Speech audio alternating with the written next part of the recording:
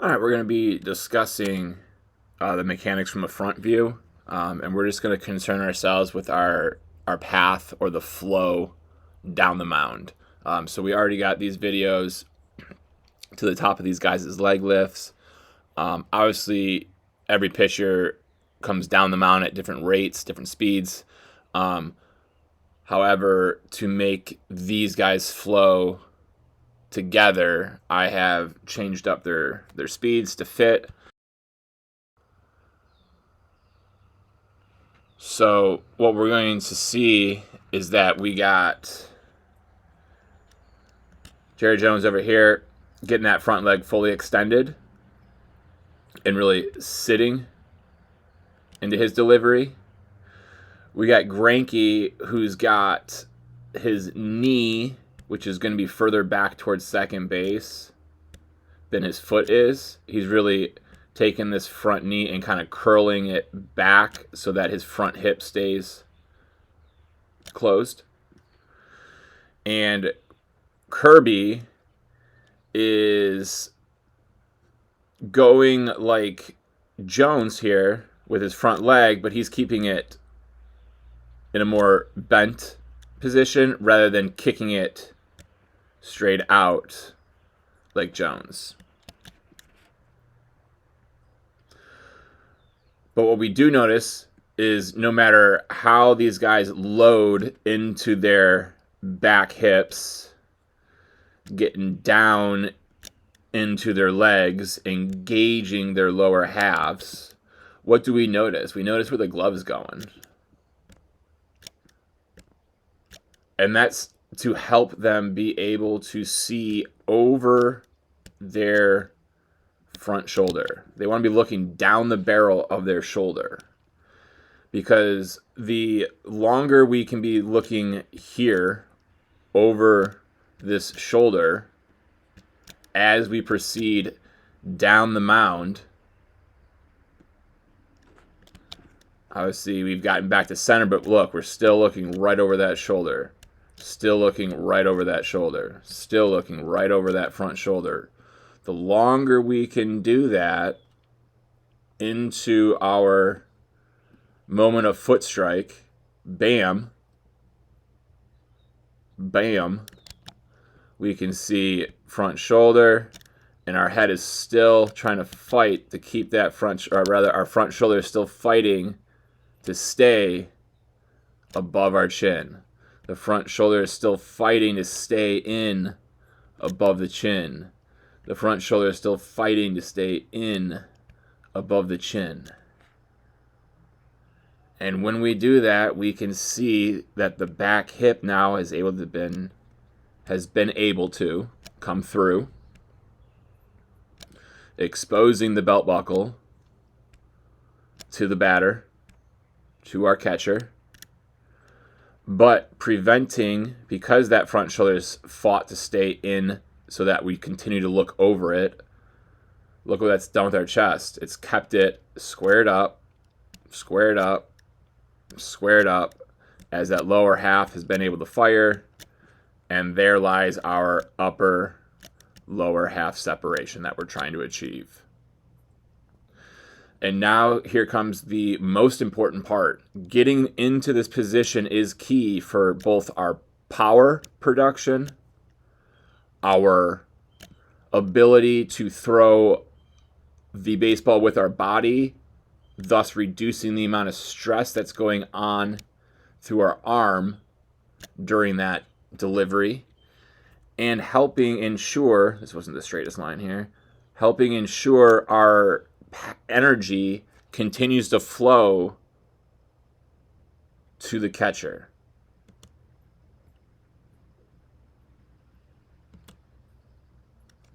All right, we can see that head staying there, that head staying there. Kirby's fighting to keep it in there. And you can see he's fighting to keep it in there because it did not go more out there.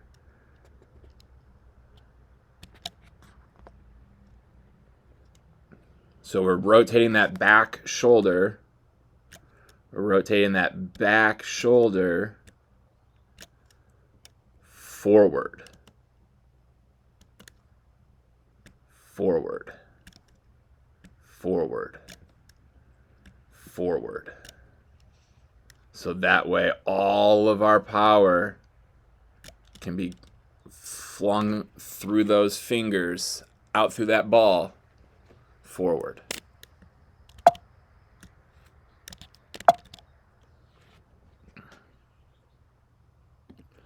If we watch that again without any interruption,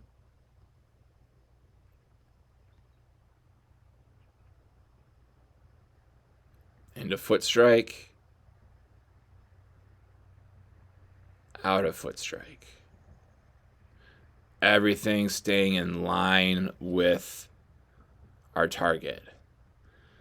And then noticing as they're getting into release, where are those chin and chests going? To the target. To the target. The angle of our trunk, this mass from our shoulders through our waist, our trunk right now is upright. It's above our hips. In relation to the ground, it's in a 90-degree angle. As we get into release, those trunks in relation to the ground are no longer up here trying to throw the baseball.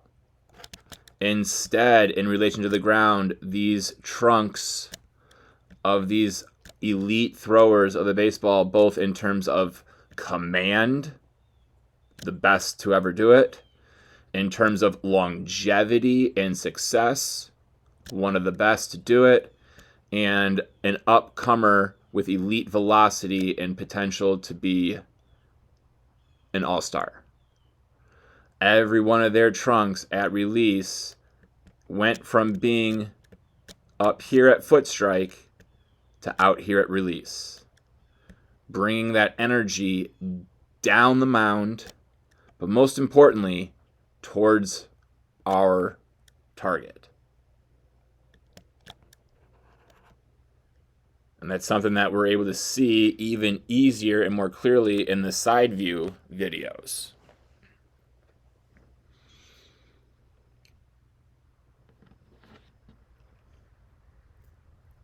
All right, so if we kind of take this back once more and we see these arm slots, we'd say,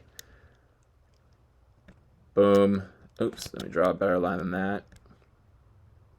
Right, we're at a high three-quarter, three-quarter. We are in a same thing, three-quarter, high three-quarter. Same thing here, right? So these are some of your most common arm slots are the three-quarter to high three-quarter arm slot. And then what we'll look at next here are some guys that are in that lower three-quarter tier. So we'll let, we got Luis Hill, Kyle Harrison, and Carl Crawford.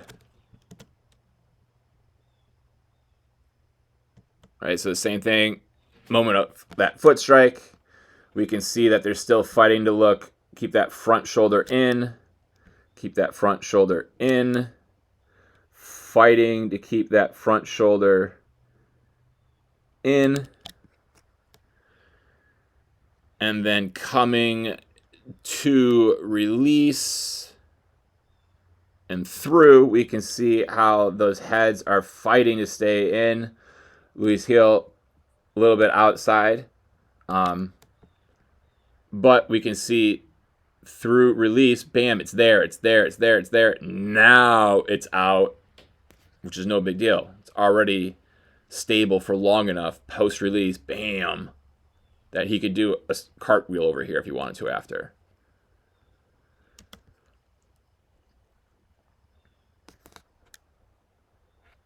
So fighting to keep that front shoulder in, And by doing that, the shoulders have stayed squared up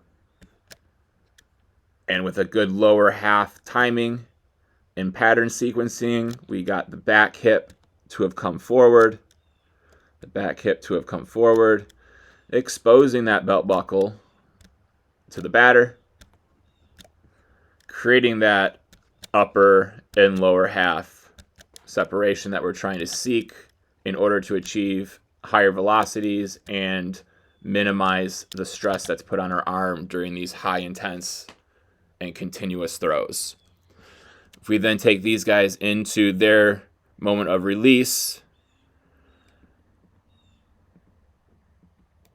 we got that same concept that we did earlier, and we can see here's our low 3/4, even getting closer, some would say, to even true sidearm.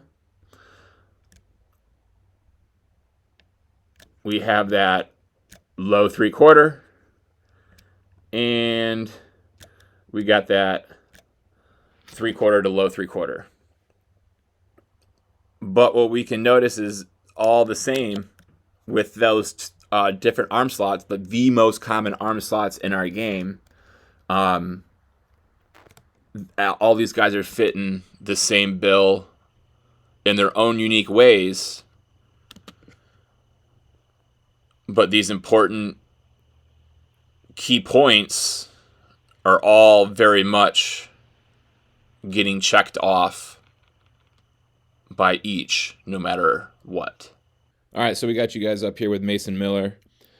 We're going to let this thing play and then pause you guys at the moment your foot gets into the ground. I got him slowed down to match you guys as best as I could. And the big thing we're going to talk about here, and the only thing really, is this glove and where it's at this moment in time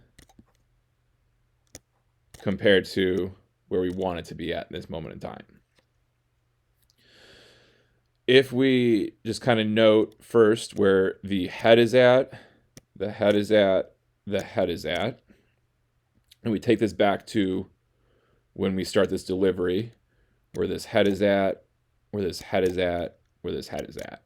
Our direction is pretty good consistently with both of us here in going straight to our target. Our job now is to make sure that this glove's path from the time the glove separates from the throwing hand to the time we get that foot in the ground, we got to make sure that this glove keeps our body from opening up early. So what we're going to want to do now is redraw from the back side of your body over here, from the back side of your body over here, and here's a road. Here's a road. Okay? Our job is to try to prevent this glove from getting our elbow and our shoulder into this road over here. And what we're going to do as we watch this video is we are going to pause it right about now. And we are going to draw now a new set of roads that go this way. And this is the road that our glove is going to travel on.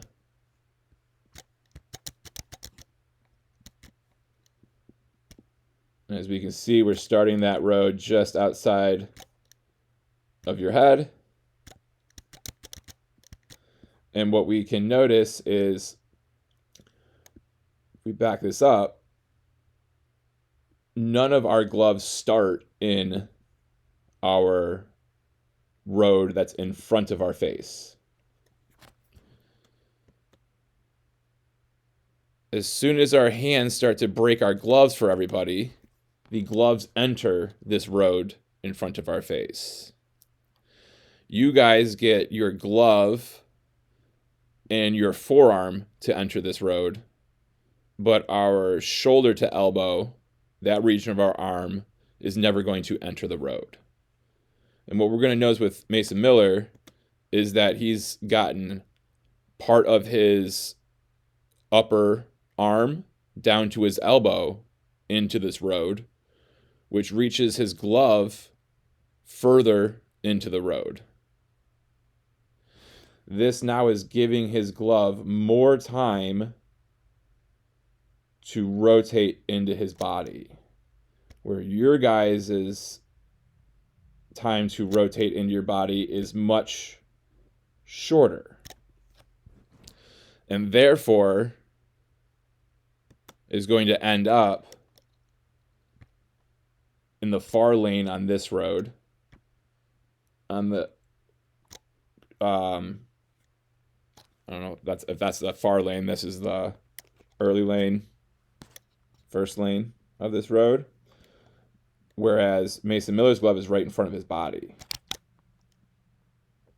So if we take that back with less distractions on the screen, because your guys' gloves go very quickly, shoulder to elbow, elbow to glove, straight to the target, it now has to either stay here and somehow finish up into itself, or what we see and know it does is continue going this way and forcing our shoulder to want to go with it. And because Mason Miller's glove bought him time by staying in this road as it travels to the target, when it comes time to swivel that glove to initiate our finish, we don't have all this energy going this way at that point in time. But instead, it's able to now come right in towards that body. So now he's going to be able to send his shoulder rotation straight through this lane here. Out in front and down. Out in front meaning he's getting his chin to be able to get out over his front knee through release. Because this glove is going over here and making our shoulder want to open up early, that's sending energy into this lane, which now is going to affect our body's ability to send our power of our shoulder rotation out in front and down. And what we can see is Mason Miller's head is driving towards that target,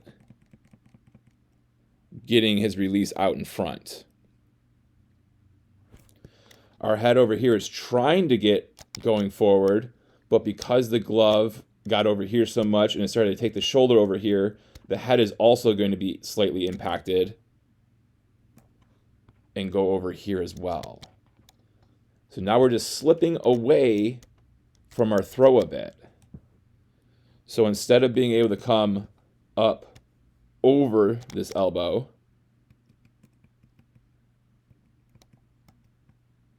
and down, we get around it just a little bit,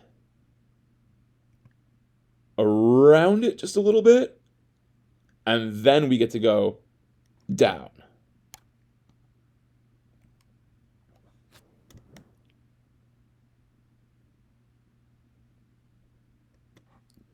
So the main thing that we are going to be working on when it comes time to think about our front view is our glove's path. From the moment our hands separate from one another, we want to have this glove be a timing device. I need my glove's path to keep my front shoulder in, keep my front shoulder in,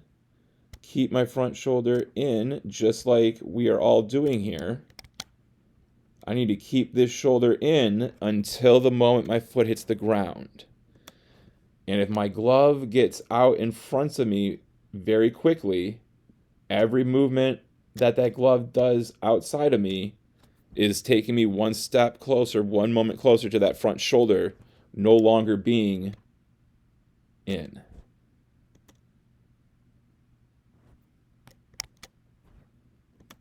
And that will impact our ability to drive the chest and the chin, not just forward, but down through release. There's some other things that we can work on that will be discussed in the side view breakdown. But for now, the front view for both of you guys is all about glove path to ensure that we're staying closed at the moment of foot strike, so that way we can send all that energy forward and down through release.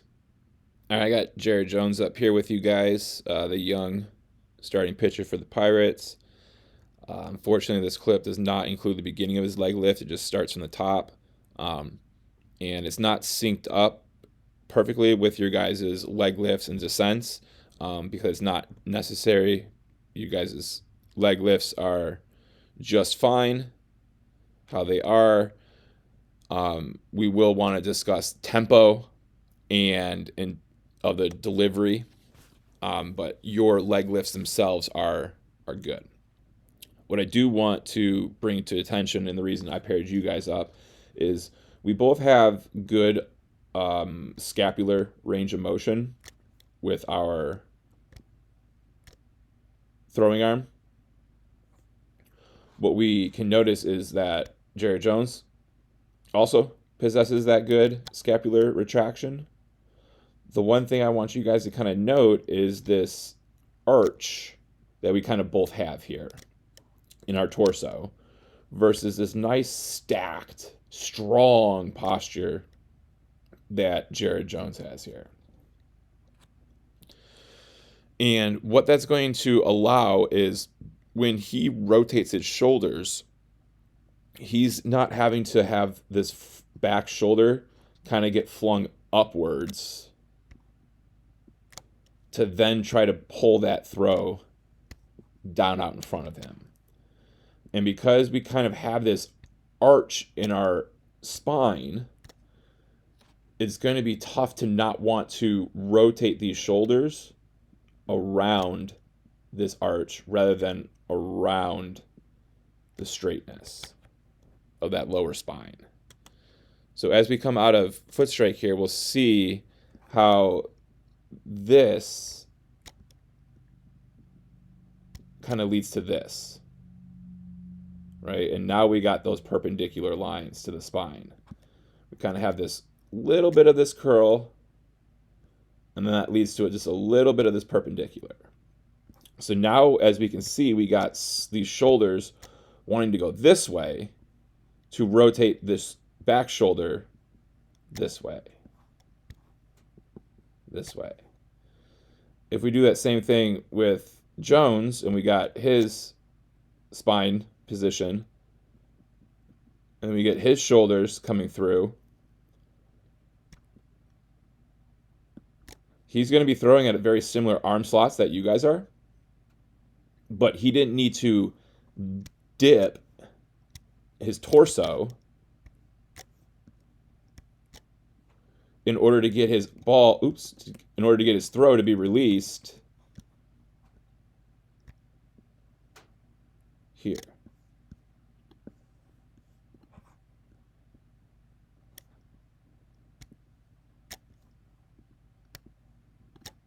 Oops. This new update has all kinds of things happening to me. There we go. That's what I got. Sorry about that, guys. What the heck? Okay. There we go. All right. Hopefully I can edit that out. You don't have to see all that. So your guys' big thing is trying to keep this trunk, this part of our upper body, tall at the moment of foot strike. Not saying that this arch in your back can't be done and be successful. There's guys like Aroldis Chapman that have this arch to his back, but he's also a freak of nature that is extremely strong and a very, very athletic. So I think one of the things that we will want to address in terms of this front view for you guys is trying to keep our shoulders stacked above our hips through the moment of that foot getting planted into the ground. And we can see we just get that little bit, not as much here as we have here. And that could be because you're doing a much better job with that glove finish than we have here. So that glove getting out will take that shoulder out, which will make this arch overall just more. That glove just kind of falling down.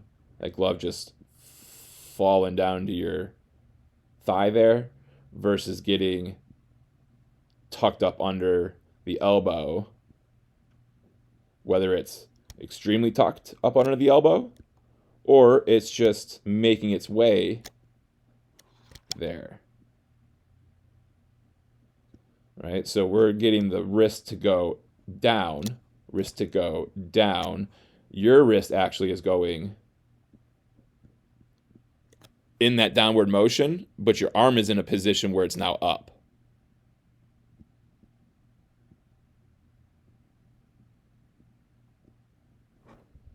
So now yours looks like this.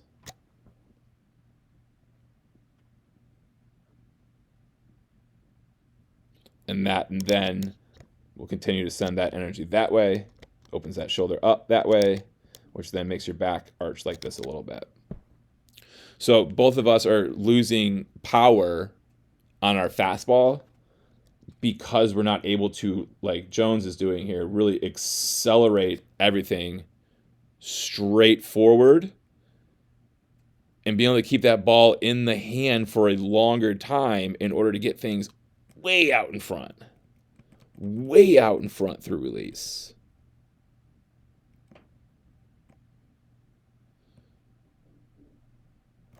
We're over here because this shoulder was dipping so much. Now we just got this fling out. By the time we get pretty close to opposite of that fling, and the ball's going to be out very quickly. And we can see your hand wants to, bam, now it wants to be powerful. We need to find a way to keep that ball in your hand until now. Until now. Because we can see how much more power there can be. Bam! When Jones is doing it. Bam. Bam. So we were just thinking about upper body posture as you get into that moment of your front foot hitting the ground. So that way that chest can be taller at that moment that your front foot hits the ground. Things that you guys are doing here are good.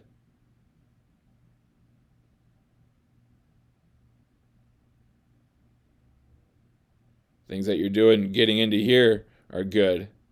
It's just got to be a little bit better with the posture so that everything that comes through that you guys do well can be even more powerful than it is. All right, we got you guys up here with Jacob deGrom. Got him synced up as best I could. See you guys at the moment of foot strike without losing too much quality of the video. And what we can notice very easily, very clearly here, hopefully, is that how, like we discussed in the big league videos earlier, at that moment of foot strike, we want to be able to see that belt buckle coming towards the target, which we can see for all three of you guys is the case. But the biggest part of that is the only reason we want to see that belt buckle is because the upper body has not also came with that belt buckle, right? We can see this back shoulder, we have no clue where DeGrom's back shoulder is. In fact, here's the baseball behind his head towards second base, but also behind his head slightly towards first base. Here's your wrist with your baseball. Yes, it's behind you towards second base, but it's in front of you towards third base. And same thing over here, but even more so. So your shoulders have rotated even more at this point in time, right? And if you guys watch your front foots as they're getting into the ground and they actually firmly get planted, that's the moment in time that we're stopping this. Okay? When our front foot hits the ground, it's now time to throw the baseball. And we throw the baseball by rotating our shoulders. So if our shoulders have already begun to rotate before this front foot gets planted into the ground, we are now left with significantly less power to throw with. We are now forced to make this throw with our arm having to work significantly more hard. That's a terrible, terrible phrase, but your arm is having to work a lot harder to make this throw because it cannot use the energy and the power that your lower body created to help propel the upper body to throw this ball with as little effort going through the shoulder as possible. As little effort that the shoulder has to do to create that power. As little effort that the arm has to do to create that power. But it's that whip effect. It's the kinetic chain. It's what down here I do affects what happens up here. What affects up happens up here. What affects up happens up here. What affects what happens out here. But only if this goes first, then this goes second, then this goes third, then this goes fourth, then this goes fifth. And what we can see is as our front hip, front knee, front foot rotate, so is our back shoulder.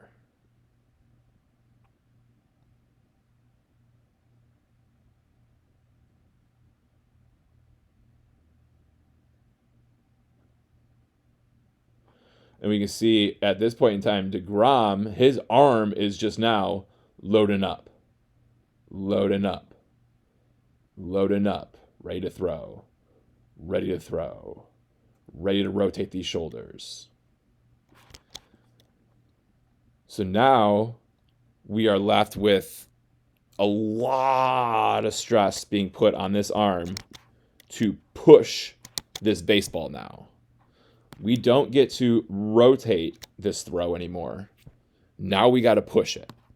And for us over here, that push results in a big bent knee, this back knee, which you'll see a lot easier on your side view.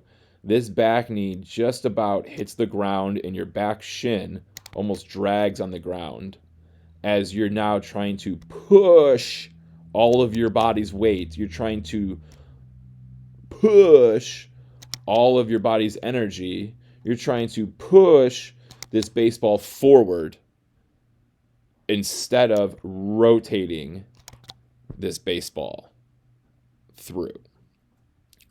So if we watch as we come out of this foot strike, here comes DeGrom's rotation and his continued rotation. And we can see your hand just keeps going forward. Your hand just keeps going forward, forward, forward, forward. Your head keeps going forward, forward, forward, forward. Your front knee, in fact, starts to go forward, forward, forward, forward, forward. Everything in your body is trying to just push, reach, go forward as much as you can, because that's the only way you have to accelerate this throw from this position here. But from this position that DeGrom is in, he gets to just rotate the heck out of those shoulders, and the ball will just come out on this path here so that the ball goes straight. And then his energy will just continue to go around that release.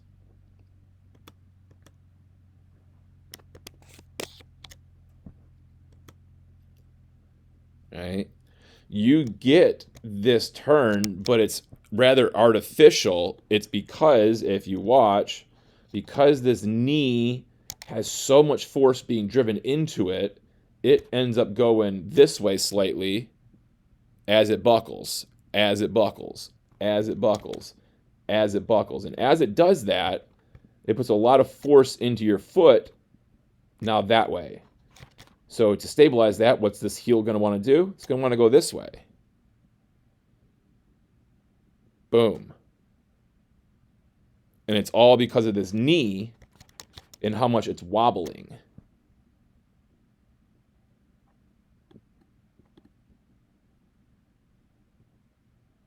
It's a big collapse onto the outside of your knee, and it's going to spring it the other way, the other way, the other way, the other way. So we're actually not getting this nice big rotational finish like you may feel like you are. This is all just you trying to stabilize this crazy come up of the body. This crazy yeah. That is why this foot's doing what it's doing, because it's trying to just catch you. Versus the reason that DeGrom's back leg, back hip, back knee are coming over here and his foot's doing this little lift off of the heel is because there's so much energy whipping around this leg that it gets taken with him.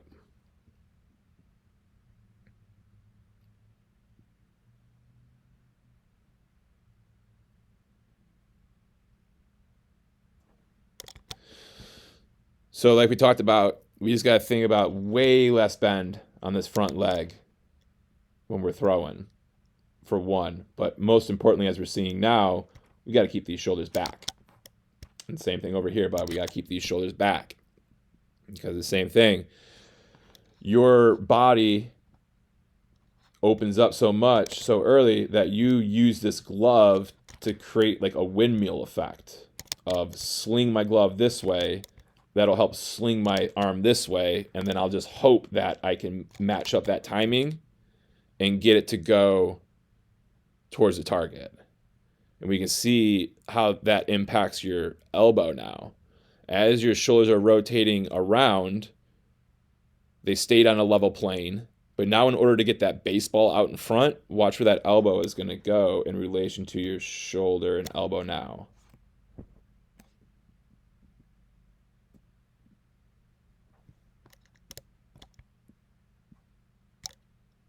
And that went down a bit. It's going down. Down. Why is it going down? Because you know you got to get this throw to go down. And because you can't rotate the shoulders down,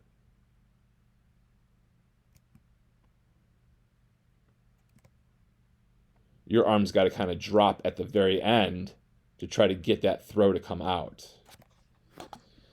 So both of you guys are going to have to work on upper lower half separation drills. I got a bunch of them on the YouTube page where you guys can start working at them right now, because that's going to be the biggest way to take stress off of you guys' arms and at the same time drastically improve our velocity while also having a good impact on our consistency in the strike zone.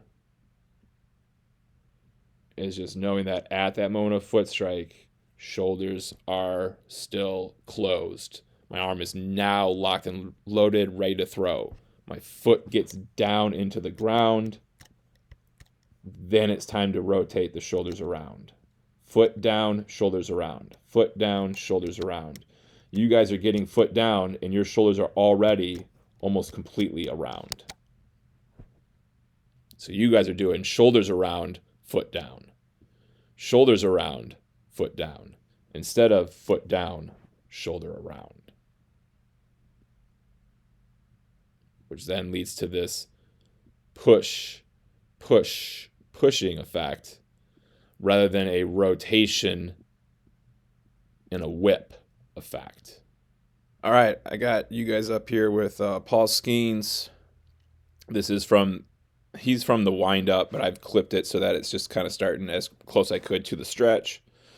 And I got his timed up as best as I could to sync up with you guys to the moment of foot strike here. And what we're going to talk about, which is similar to each of you guys, each of us has our own nuances of how and why we've gotten there. But what we're going to notice is that we can see your guys' throwing arm on third base side of your body at this moment in time. Whereas Paul Skeens' arm, we can see, is loaded back behind him to first base side, which allows this baseball to be like directly behind his head, second base side. And if anything, it's a little bit to the first base side compared to third base side. The reason because of that, or the reason for that, is because his shoulders are completely squared at the moment of this front foot hitting the ground. And like we learned with all the big league videos earlier, this is what we're looking for. We got to get the lower half to rotate forward and the upper half to fight that rotation so that we can separate those two halves, creating that hip-shoulder separation, which maximizes our velocity, reduces the stress on our arm, and ultimately is going to help us be as consistent as possible out in front at release. So what we're going to notice now is why each of us got there. Like we mentioned at our session, is that we're not rotating the front leg forward as much as we are just kind of opening it up, right? So if we just saw like, here's your back foot, there's your lane towards the target, and you're just kind of stepping this foot over here, right? So we've allowed the opportunity for things to start to go this way early. And if things start to go this way too much, things are going to have to start to come this way to stay in sync with that. So we can see your front shoulder is in line with your front knee, and your chin is trying to stay over your shoulder, but your whole direction of your body is going this way. And we know the throw's got to go this way. So could we say maybe we don't see this arm if this stride is going this way? It's probably a good chance, probably a good possibility. But what we do know is that at that moment of foot strike, we want this back foot to have turned over and rotated our body forward. And we can see your back foot at this moment in time is just kind of just starting that process. So what we know is that when this backside really fires is when this throwing arm really loads up. So if this backside hasn't fired yet, this arm hasn't gotten to its peak position yet. Which means if it hasn't gotten to its peak position yet, it cannot get to its peak position. It's going to have to now just start to come through. Start to come through. Start to come through. So we can see that those things are just happening a little early. And could it be because we're just opening up this stride? Could be. So the big thing that we're going to be thinking about is rotate this front leg forward, and it's going to be a lot easier to rotate this front leg forward if this back leg is driving us forward on time. Your back leg does not do that rotation until after the moment of foot strike, and now it can't take us forward. Instead, it's just going to do our little Michael Jackson moonwalk slide underneath ourselves.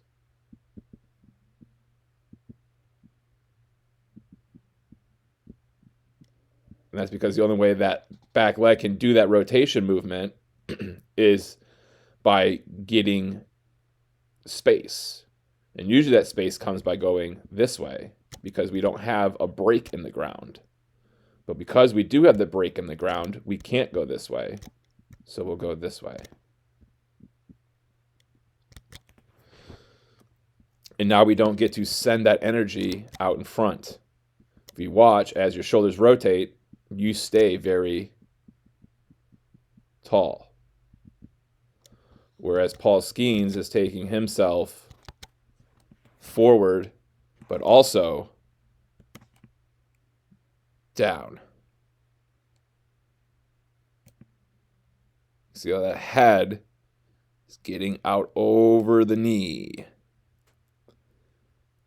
And to that point, we now come on over to here, and we can see this throwing arm is already coming through. We watch elbow, elbow, rather similar. Foot in relation to where it's going to be in the ground, foot in relation to where it's going to be in the ground, rather similar. And now let's watch what those body parts do as we continue. We're going to see your elbow come down and forward, where we see Paul Skeen's hand get above that elbow. Hand get above that elbow. We see your elbow coming forward at that time, and that's what gets the hand above the elbow. Your elbow goes to where your hand is currently at. Your hand's over here. Your elbow goes to that hand. Where Paul Skeen's hand goes up. And because your elbow does that type of movement, boom, we have now begun the throw too early. So with that happening, now we don't have as much of that separation because the shoulders are started to come through early. And now, because the shoulders have started to come through early, you are also going to struggle on getting yourself to get your chin and chest out in front over this knee. You can see Skeens is getting that positive angle on his chest. This will be something that's easier seen in the side view videos for both of you guys. But seeing that his body, his trunk is taking that throw forward, where you guys are just trying to rotate these shoulders enough just to get the hand out in front, and then you're trying to get it down and out. But that doesn't have any impact on the ball if you're not doing that with the ball still in your hand. So the good thing we can say is that your body knows that it should be doing this. You're just not giving it the chance to do it and have it apply the forces that it would apply if done at the appropriate time. And we can't do it at the appropriate time because this arm is starting to come through early.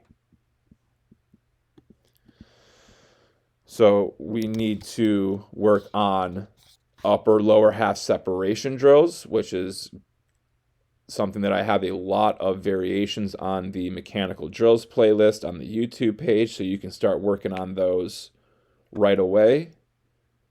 And then we're also going to want to work on some arm path stuff, so that way we can learn how to load this arm up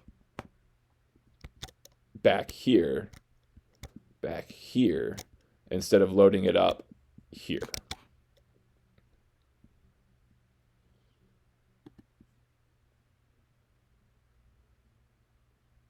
So that way we can learn how to get down out in front with that baseball still in our hand so that those forces apply to that throw.